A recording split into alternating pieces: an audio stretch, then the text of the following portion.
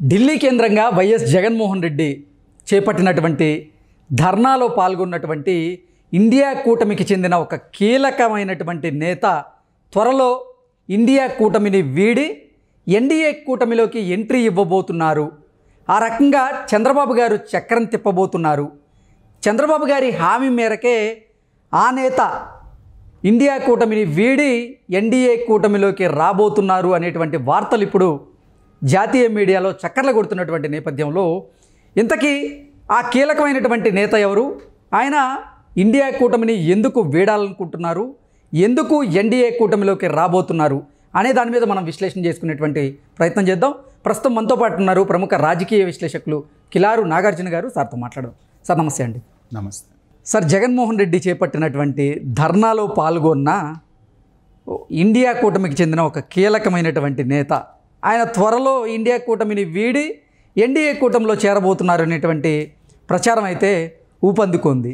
నారా చంద్రబాబు గారు ఆ రకంగా చక్రం తిప్పబోతున్నారని, చంద్రబాబు గారి హామీ మేరకే ఆ నేత ఇండియా కూటమిని వీడి ఇప్పుడు ఎన్డీఏ కూటమిలోకి రాబోతున్నారనేటువంటి వార్తలు వస్తున్నటువంటి నేపథ్యంలో ఇంతకీ ఆ నేత ఎవరు, ఆయన ఎందుకు ఎన్డీఏ కూటమిలోకి రావాలనుకుంటున్నారంటే ఏం చెప్తారు? దీంట్లో దాపరికం ఏం లేదు కృష్ణ గారు. మనం మాట్లాడుతుంది ములాయం సింగ్ యాదవ్ గారి కొడుకైనటువంటి అఖిలేష్ యాదవ్ గురించి అనేటువంటిది కర్ణాకర్ణిగా మనం వింటున్నాం. ఈసారి అనూహ్యంగా అక్కడ బీజేపీకి దెబ్బ తగలటం, ఉత్తరప్రదేశ్లో దాదాపుగా 20కి పైగా సీట్లు ములాయం సింగ్ యాదవ్ అఖిలేష్ యాదవ్ పార్టీకి రావటం అనేటువంటిది ఏదైతే ఉందో అది వాళ్ళు ఇండియా పక్షాన ఉన్నారు, మనకు తెలిసిన విషయం. అయితే ఇతను అంటే ఇప్పుడు ప్రతిపక్షంలో ఉన్నటువంటి వాళ్ళ పరిస్థితి ఎలా ఉంటుందో తెలుసు కదా. అందులో ఇండియా కూటమి అనేటప్పటికి ఏంటంటే అనేకమైనటువంటి చిన్న చితక పార్టీల దగ్గర నుంచి పెద్ద పార్టీల దాకా కలయిక.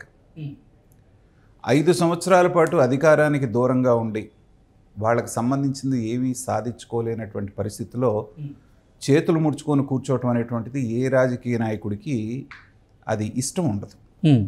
మనం చూస్తున్నాం, ఒక పార్టీలో గెలిచి ఆ పార్టీని నిందిస్తూ ఇంకొక పార్టీలో ఎలా జంప్ చేస్తున్నారు. ఇటు తెలంగాణలో చూస్తున్నాం, ఆంధ్రాలో కూడా గెలిచిన ఎమ్మెల్యేలు పోయి అధికార పక్షాన్ని ఎలా తలుపులు తడుతున్నారో మనం చూస్తున్నాం. కాబట్టి రాజకీయంలో అసాధ్యం అనేటువంటిది ఏది ఉండదు. ఇది ఇలాగే జరుగుతుంది అని రాజకీయంలో ప్రిడిక్ట్ చేయటం అనేటువంటిది ఏంటంటే చాలా కష్టమైనటువంటి విషయం. గర్భశత్రువులు ఆగర్భశత్రువులుగా ఉన్నవాళ్ళు కూడా ఏదో ఒక రోజున ఆలింగనం చేసుకున్నా కూడా మనం ఆశ్చర్యపోవాల్సిన పని లేదు.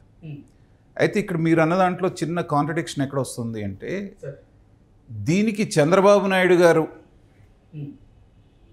ప్రయత్నం చేస్తున్నారు, మధ్యవర్తిత్వం వహిస్తున్నారు అనేటువంటిది కొంచెం నమ్మశక్యంగా లేదు. అంటే చంద్రబాబు గారి హామీ మేరకే ఇప్పుడు అఖిలేష్ యాదవ్ గారు ఇండియా కూటమిని వీడి ఆయన ఎన్డీఏ కూటమిలోకి ఎంట్రీ ఇవ్వబోతున్నారు అనేటువంటి వార్తలే బలంగా వినపడుతున్నాయి. జాతీయ మీడియాలో కూడా ఆ రకంగానే కొన్ని వార్తలు వస్తున్నాయి. రాజకీయం ఉంటుంది. ఎందుకంటున్నానంటే కొంచెం మనం లోతుగా చూస్తే పైకి అనుకునే దానికి సాధ్యాసాధ్యాలని మనం బేరీజ్ వేసుకునేటట్టుగా కనుక చూసుకుంటే 2 విషయాలు నేను చెప్తాను ఇక్కడ. ఒకటి, ఏ వ్యక్తి గురించి అయితే చంద్రబాబు నాయుడు గారి ద్వారా ఎన్డీఏ కూటమిలోకి వెళ్ళాలి అనేటువంటిది, అంటే చంద్రబాబు నాయుడు గారు చక్రం తిప్పుతున్నారు అనుకుంటున్నాము, ఆ చంద్రబాబు నాయుడు గారికి ఆ ప్రభుత్వానికి వ్యతిరేకంగా జరుగుతున్నటువంటి జగన్మోహన్ రెడ్డి గారు ఢిల్లీలో చేసిన ధర్నాలో పాల్గొన్నటువంటి పేరున్న ఏకైక నేత అఖిలేష్ యాదవ్ని ఇవాళ చూసాం మనం.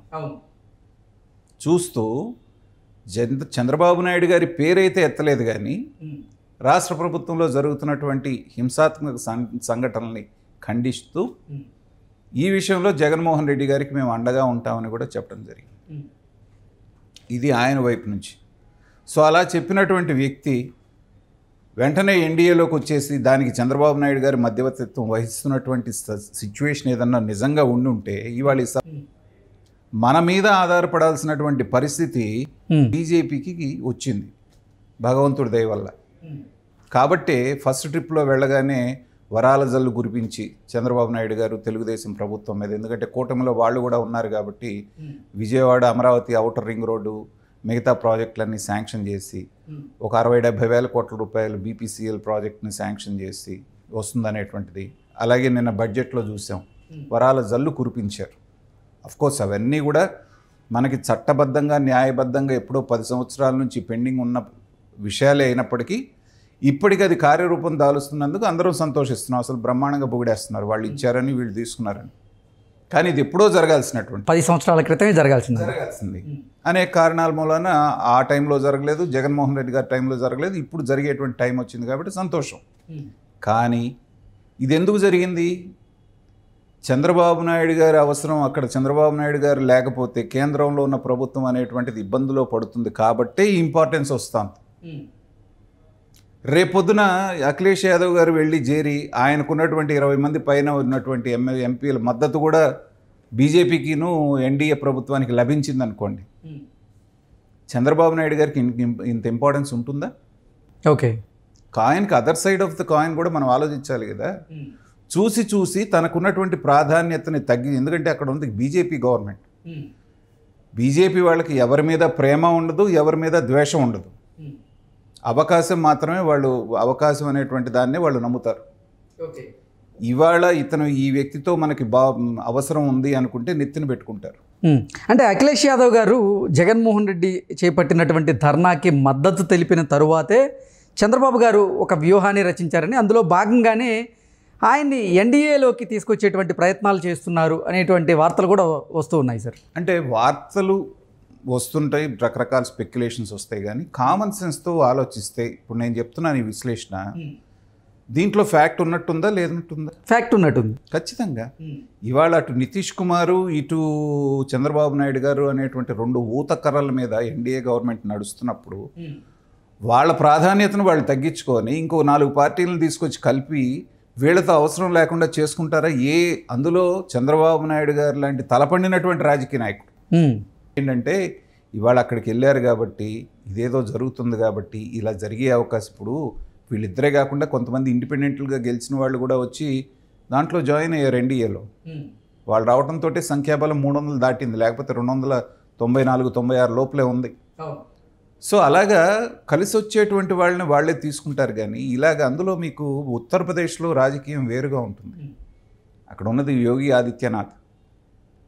సో వాళ్ళకి వీళ్ళకి ఉప్పు నిప్పుగా ఉంటుంది. ఉన్నప్పుడు ఏంటంటే రెండో మళ్ళీ అధికార కేంద్రం అక్కడ క్రియేట్ చేయటం అనేటువంటిది యోగి ఆదిత్యనాథ్ కూడా అంగీకరించడుగా. ఇప్పుడు దాకా ప్రత్యర్థుల్లాగా ఉన్నారు వాళ్ళు. సో ఉన్నప్పుడు అతని బలాన్ని పెంచడానికి ఆదిత్యనాథ్ ఎందుకు ఒప్పుకుంటాడు?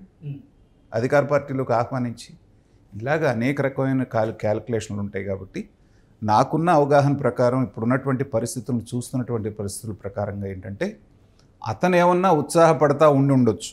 ఓకే, నేను విన్నది కూడా ఏంటంటే అతను ఉత్సాహం చూపిస్తున్నాడు, ఎందుకంటే ఇక్కడ ఉంటే మనకి ఇబ్బంది అవుతుంది కాబట్టి అనేటువంటిది. ఇప్పుడు అధికారం వచ్చే వరకు అందరూ కలిసే ఉంటారు.